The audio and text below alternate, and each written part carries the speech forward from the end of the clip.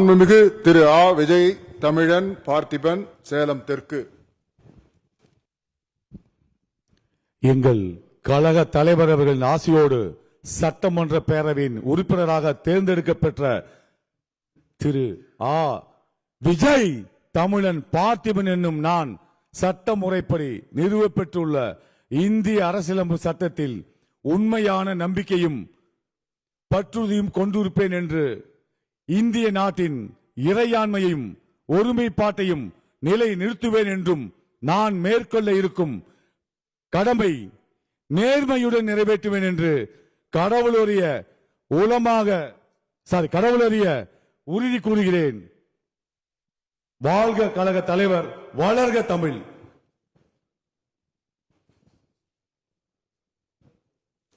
நிறைய நாள் இருக்கு.